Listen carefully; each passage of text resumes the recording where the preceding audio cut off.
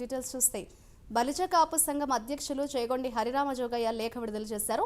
పవన్ కళ్యాణ్ మంత్రివర్గంలో ఉంటూ అధికారంలో భాగస్వామి అయితే రెండో పవర్ సెంటర్ అయ్యేది మాత్రం నిజమన్నారు. అయితే ఈ విషయాన్ని ముఖ్యమంత్రి అయ్యే చంద్రబాబు ఇష్టపడతారా అని లేఖలో ప్రశ్నించారు. ఒకవేళ ఇష్టపడకపోతే పవన్ ని మంత్రివర్గంలోకి తీసుకోకుండా చంద్రబాబు ఏమైనా చర్యలు చేపడతారా అంటూ లేఖలో పేర్కొన్నారు హరిరామ జోగయ్య. అదే జరిగితే పవన్ రాష్ట్ర రాజకీయాల్లో కీ రోల్ పోషించాలా లేక కేంద్ర రాజకీయాల్లో యాక్టివ్ రోల్ ప్లే చేయాలా లేక సినిమాలు తీసుకోవాలా అన్నది పవనే నిర్ణయించుకోవాల్సి ఉంటుందని లేఖలో పేర్కొన్నారు హరిరామ జోగయ్య.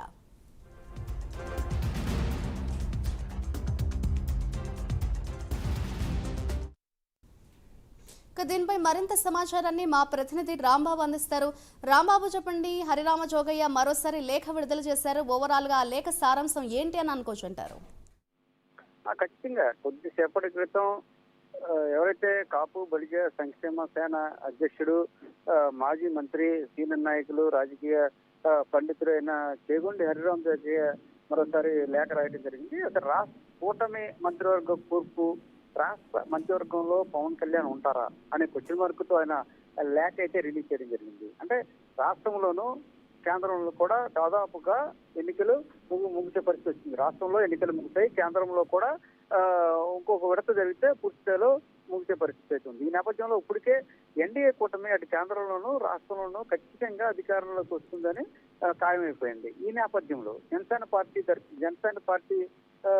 పరిస్థితి ఏంటి, జనసేన పార్టీకి పవన్ కళ్యాణ్ పరిస్థితి ఏంటి, జనసేన పార్టీ తరఫున ముగ్గురు లేదా నలుగురు మంత్రివర్గంలో స్థానం కల్పిస్తారంటూ, ఏదే కూటమి మంత్రివర్గంలో స్థానం కల్పిస్తారంటూ కూడా పవన్ కళ్యాణ్ అయితే మంత్రివర్గంలో ఉండకపోవచ్చు అంటూ కూడా అనేక ఊహాగానాలు అయితే వస్తున్నాయి.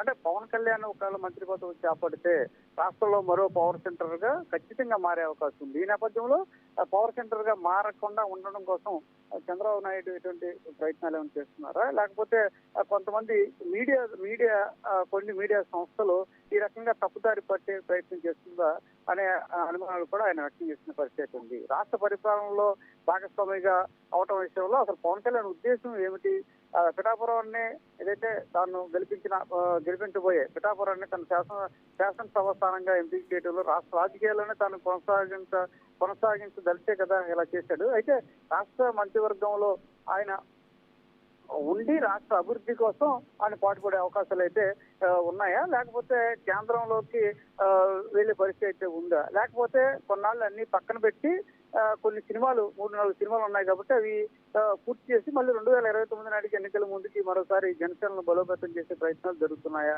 అనే అంశాలు కూడా ఆయన సందేహాలు వ్యక్తం చేసిన పరిస్థితి ఉంది. అయితే ఈ అంశానికి పవన్ కళ్యాణ్ గారు ఏదైతే రాష్ట్ర అభివృద్ధికి ఆయన కట్టుబడి ఉన్నట్టుగా ఉండాలి, రాష్ట్రంలోనే మంత్రివర్గంలో ఆయన మంత్రిగా కీలకమైన లా అండ్ ఆర్డర్ రాష్ట్రంలో ఏదైతే చూడొచ్చు, ఎక్కడ చూసినా సరే లా అండ్ ఆర్డర్ అయితే గాడి తప్పింది. తాము కూటమి అధికారంలోకి వచ్చిన లా అండ్ ఆర్డర్ ను ఖచ్చితంగా అదుపులో చేస్తా, రౌడీలందరినీ తరిమి కొడతానంటూ పవన్ కళ్యాణ్ అనేక సభల్లో చెప్పడం ద్వారా ఆయన లా అండ్ ఆర్డర్ మినిస్టర్, అంటే home minister, law and order తో కూడా హోమ్ మినిస్టర్ తీసుకుని మంత్రివర్గంలో కొనసాగుతారా, కొనసాగితే బాగుంటుంది అనే ఆయన అభిప్రాయాలు వ్యక్తం చేశారు. అదే రకంగా ఎప్పటి నుంచో ఈ ఎస్టీ మైనార్టీలు ఒక ఏదైతే రాజ్యాధికారం ఉంటున్నారు కాబట్టి పవన్ కళ్యాణ్ ద్వారా సాధించగలనే ఉద్దేశంతో ఉన్నారు కాబట్టి ఆయన ద్వారానే ఏదైతే కూటమి మేనిఫెస్టో ఉందో, మేనిఫెస్టో చాలా మంచిగా ఉంది, అందరికి కూడా బీసీ ఎస్టీ మైనార్టీలకి అనుకూలంగా ఉంది కాబట్టి వారికి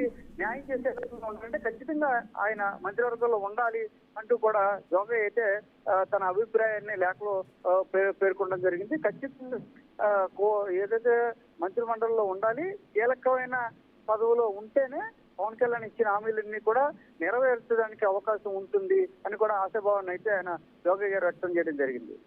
థ్యాంక్ యూ రాంబాబు.